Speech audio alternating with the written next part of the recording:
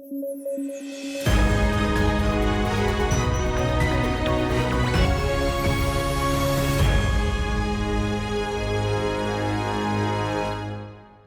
News at 9 programme में आपका स्वागत है। मैं हूं अमृत उपाध्याय। आइए जल्दी से देखें आज की हेडलाइन। बॉर्डर्स पर लगेंगे आरडीई, पाकिस्तान समेत 3 बॉर्डर्स होंगी सुरक्षित। मकसद है रेडियो एक्टिव मटेरियल की तस्करी को रोकना। क्रिकेट होगा ओलंपिक खेलों का हिस्सा। 2028 से होगी शुरुआत। अमेरिका में होगा 2028 का ओलंपिक। और एंजल टैक्स सुर्खियों में, कई स्टार्टअप्स को भेजा गया जांच नोटिस। सीबीडीटी ने दिए जांच के खिलाफ निर्देश।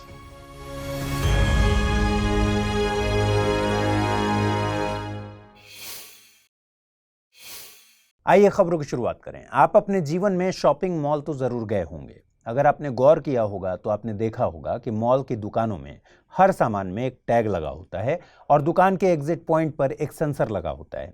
यह व्यवस्था इसलिए होती है ताकि अगर कोई चतुर चालाक शातिर ग्राहक बिना पेमेंट किए सामान को ले जाना चाहे तो वो दुकान के एग्जिट पॉइंट पर पकड़ा जाए। अब इसी प्रकार की तकनीक का इस्तेमाल केंद्र सरकार भारत की सीमाओं में भी करने जा रही है। हाल ही में खबर आई है कि पाकिस्तान, बांग्लादेश, म्यांमार और नेपाल की बॉर्डर्स पर विकिरण जांच उपकरण यानी आरडीई लगाए जाएंगे। आपके मन में सवाल आ रहा होगा कि ये उपकरण किस वस्तु की चोरी को पकड़ेंगे। ये इंस्ट्रूमेंट्स रेडियो एक्टिव सामग्री की तस्करी को पकड़ेंगे। आपकी जानकारी के लिए बता दें कि रेडियो एक्टिव पदार्थ गामा और न्यूट्रॉन रेडिएशन करते हैं। ऐसे किसी भी रेडिएशन को आरडीई सेंस करने में सक्षम होंगे।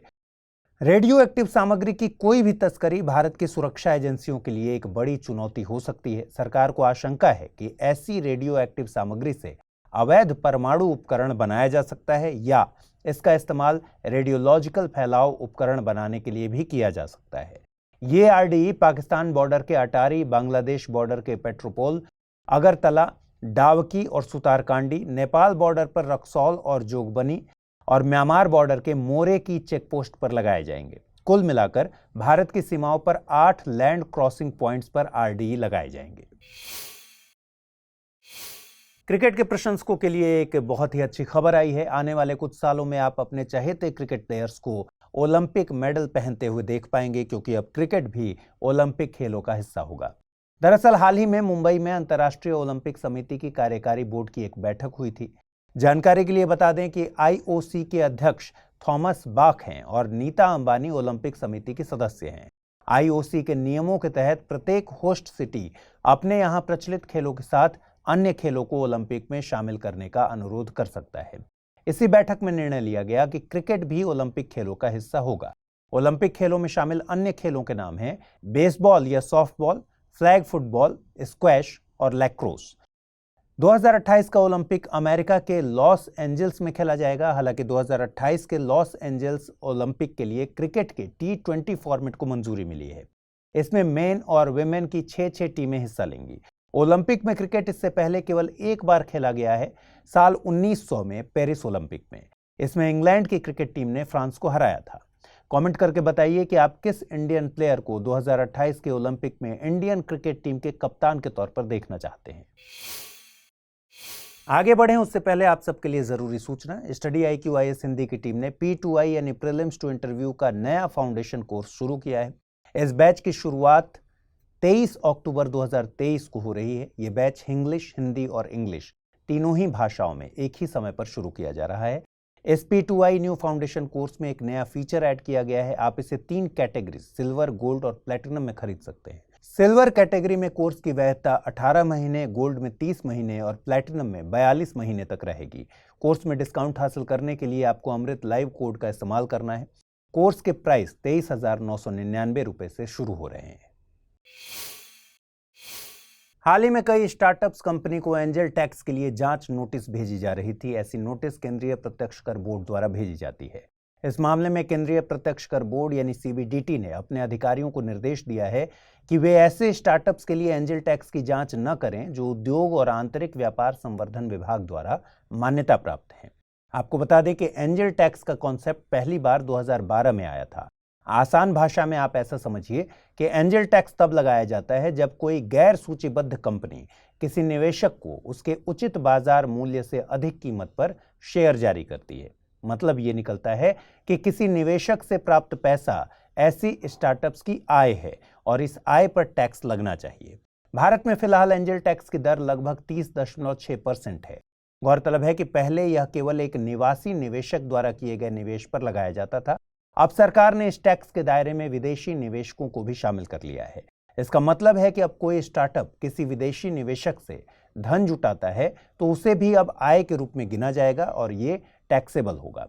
हालांकि DPIIT मान्यता प्राप्त स्टार्टअप्स को एंजल टैक्स लेवी से बाहर रखा गया है। इस साल मई में वित्त मंत्रालय ने अमेरिका, ब्रिटेन और फ्रांस सहित 21 देशों के निवेशकों को गैर सूचीबद्ध भारतीय स्टार्टअप में अनिवासी निवेश के लिए एंजल टैक्स लगाने से छूट दी थी। हालांकि सूची में सिंगापुर, नीदरलैंड और मॉरिशस जैसे देशों के निवेश को शामिल नहीं किया गया है। आपको बता दें कि इन देशों से स्टार्टअप के लिए काफी पैसा आता है। इजराइल हमास युद्ध का आज 10वां दिन है। इजराइल अमेरिका ने दक्षिणी गाजा में युद्ध विराम की बात कही है। इस संघर्ष की बेसिक स्टोरी को जानने के लिए आप में से कई एस्पिरेंट्स की मांग आ रही थी कि इजराइल के बनने की कहानी बताई जाए, तो चलिए आज ये कहानी सुनाते हैं। देखिए, ऑटोमन सल्तनत में फिलिस्तीन एक प्रांत था। वहीं यहूदी दुनिया भर के कई देशों में रह रहे थे। इन देशों में यहूदी समृद्ध थे और अल्पसंख्यक भी। जैसे भारत में जैन और पारसी अल्पसंख्यक हैं लेकिन बहुत समृद्ध भी हैं। लेकिन यहूदियों का उत्पीड़न अक्सर होता रहता था, खास तौर पर यूरोप में। जैसे इंपीरियल रूस में 1880 के दशक में यहूदियों को निशाना बनाकर नरसंहार किया गया था। इन अत्याचारों से यहूदी समुदाय में यह भावना पनपने लगी कि जब तक उनके पास अपना कोई देश नहीं होगा तब तक वे सुरक्षित नहीं होंगे। एक यहूदी मातृभूमि बनाने के प्रयास ने एक आंदोलन की शक्ल ले ली और इसको ज़ायोनीवाद या यहूदीवाद कहा गया। अब सवाल ये था कि यहूदी कहां अपना देश बनाए। फिर जगह तय हुई फिलिस्तीन, क्योंकि बाइबिल में भी इसी इलाके को यहूदियों का घर माना गया था और यहां इनके कई पवित्र स्थल मौजूद थे। फिर जल्द ही फिलिस्तीन में यहूदियों का प्रवास शुरू हो गया। इसको अलियाह कहा जाता है। 1881 से 1903 तक के समय को पहला अलियाह कहा जाता है। अब जब यहूदी आना शुरू हुए तो इनके खाने पीने और रहने का भी जुगाड़ शुरू हुआ। ये अमीर तो थे ही, इन्होंने बड़े पैमाने पर जमीन खरीदनी शुरू कर दी और इस पर खेती करना शुरू कर दिया। जल्द ही यहूदियों के प्रति स्थानीय चिंता और आक्रोश बढ़ गया। यहां तक कि तुर्क अधिकारियों ने विदेशी यहूदियों को जमीन बेचने पर रोक लगा दी। फिर होती है ब्रिटेन की एंट्री। उस जमाने में ब्रिटेन का पसंदीदा खेल क्रिकेट दूसरे स्थान पर था। फुट डालो और राज करो का खेल इनका पसंदीदा खेल था। दरअसल पहले विश्व युद्ध में ब्रिटिश सरकार को यहूदी समर्थन की आवश्यकता थी, इसलिए 1917 में बाल्फोर घोषणा की गई। इसमें अंग्रेजों ने ज़ायोनीवाद को समर्थन दिया। इससे वही हुआ जो भारत में हिंदू और मुसलमानों के बीच हुआ। बाल्फोर घोषणा से दोनों समुदायों के बीच फूट पड़ गई। फिर द्वितीय विश्व युद्ध हुआ और फिलिस्तीन आ गया ब्रिटिश शासन के अधीन। समय के साथ फिलिस्तीनियों और यहूदियों में हिंसा और नफरत इतनी बढ़ गई कि समस्या के एकमात्र समाधान के रूप में अंग्रेजों ने विभाजन का प्रस्ताव रखा।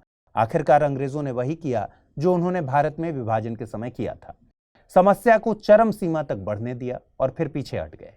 1947 में जब कोई भी पक्ष विभाजन या किसी अन्य समाधान पर सहमत नहीं हुए तो अंग्रेजों ने घोषणा की कि वे फिलिस्तीन से बाहर निकल रहे हैं और इस समस्या का समाधान संयुक्त राष्ट्र द्वारा किया जाएगा। 1947 में संयुक्त राष्ट्र में फिलिस्तीन को यहूदी और अरब राज्यों में विभाजित करने के लिए मतदान हुआ। फिलिस्तीन ने प्रस्ताव को खारिज कर दिया। दूसरी तरफ इजराइल ने 14 मई 1948 को स्वतंत्रता की घोषणा कर दी। इजराइल की आजादी की घोषणा के तुरंत बाद मिस्र, जॉर्डन, इराक, सीरिया और लेबनान ने उस पर आक्रमण किया। हालांकि इजराइल ने सबको हरा दिया और इजराइल ने इन देशों के बड़े क्षेत्रों पर कब्जा कर लिया। कमेंट्स करके बताइए कि आप इजराइल फिलिस्तीन विवाद का जिम्मेदार किसे मानते हैं। चलिए आगे बढ़ें, उससे पहले देखते हैं आज के रैपिड न्यूज में क्या है खास। प्रधानमंत्री नरेंद्र मोदी ने न्यूजीलैंड के आम चुनाव में जीत पर नवनिर्वाचित प्रधानमंत्री क्रिस्टोफर लक्सन को बधाई दी और भारत न्यूजीलैंड संबंधों को बढ़ाने की उत्सुकता व्यक्त की। सितंबर 2023 के लिए WPI के आधार पर वार्षिक मुद्रास्फीति दर अगस्त 2023 में -0.52% से थोड़ा सुधार दिखाते हुए -0.26% है। सितंबर में अपस्फीति का कारण मुख्य रूप से रासायनिक उत्पादों, खनिज तेलों में कीमतों में कमी को माना जा रहा है। द्विवार्षिक सेना कमांडरों का सम्मेलन नई दिल्ली में शुरू हो रहा है। यह भारतीय सेना के नीतिगत निर्णयों, सुरक्षा परिदृश्यों और परिचालन तत्परता को संबोधित करेगा। पहला दिन वर्चुअल है, उसके बाद व्यक्तिगत सत्र होंगे। 17 से 19 अक्टूबर तक मुंबई में तीसरे वैश्विक समुद्री शिखर सम्मेलन का आयोजन होगा, जिसमें भारत के समुद्री भविष्य के लिए अमृतकाल विजन 2047 का मसौदा रखा जाएगा और 23,000 करोड़ रुपए से अधिक की परियोजनाओं की शुरुआत होगी। जानकारी के लिए आपको बता दें कि पहला शिखर सम्मेलन 2016 में और दूसरा 2021 में आभासी रूप से आयोजित किए गए थे। वैज्ञानिकों ने बाहरी उत्तेजनाओं से प्रभावित होने पर क्रोमियम नाइट्राइड जैसी सामग्रियों में देखे गए दिलचस्प धातु इंसुलेटर संक्रमण को डिकोड किया है। ये पुष्टि की गई है कि यह संक्रमण एक अद्वितीय चुंबकीय तनाव से प्रेरित है, जो परमाणु स्पिन व्यवस्था से उत्पन्न होता है। आइए अब देखें आज के बुलेटिन पर आधारित क्या प्रश्न बन सकते हैं। पहला सवाल है, केंद्र सरकार द्वारा निम्नलिखित में से किस देश के साथ लगी भारत की सीमा में विकिरण जांच उपकरण नहीं लगाया जाएगा? पाकिस्तान, बांग्लादेश, म्यांमार या फिर चीन? अगला प्रश्न है, बाल्फोर घोषणा का संबंध निम्नलिखित में से किससे है? इजराइल लेबनान, इजराइल फिलिस्तीन, इजराइल मिस्र या फिर इजराइल सीरिया? आइए देखें पिछले बुलेटिन में मैंने आपसे क्या सवाल पूछे थे और उनके सही जवाब क्या हैं। पहला प्रश्न था, इंटरनेशनल क्रिमिनल कोर्ट यानी आईसीसी की स्थापना कब हुई थी? 2002, 2001, 2003 या फिर 2000? सही जवाब है इसका ऑप्शन ए। अगला प्रश्न है, 2023 के ग्लोबल हंगर इंडेक्स में भारत को मिला कौन सा स्थान है? 111वां, 115वां, 113वां या फिर 110वां? सही जवाब है ऑप्शन ए यानी 111वां। तो आज के इस बुलेटिन में इतना ही। कल रात 9 बजे आपसे फिर से मुलाकात होगी। अपना ख्याल रखिए, ठीक से पढ़ाई कीजिए। अगर आप इस बुलेटिन को पीडीएफ फॉर्मेट में पढ़ना चाहते हैं तो अमृत उपाध्याय 007 टेलीग्राम चैनल है, जिस पर इसकी पीडीएफ रोजाना मिलती है। और आज पूछे गए सवालों का जवाब जरूर कमेंट बॉक्स में दीजिएगा। साथ ही इस बुलेटिन को लाइक जरूर कर दीजिएगा। नमस्कार।